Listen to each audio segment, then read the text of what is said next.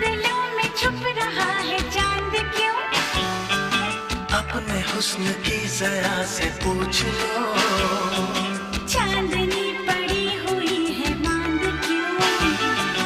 अपनी ही किसी अदा से पूछ लो।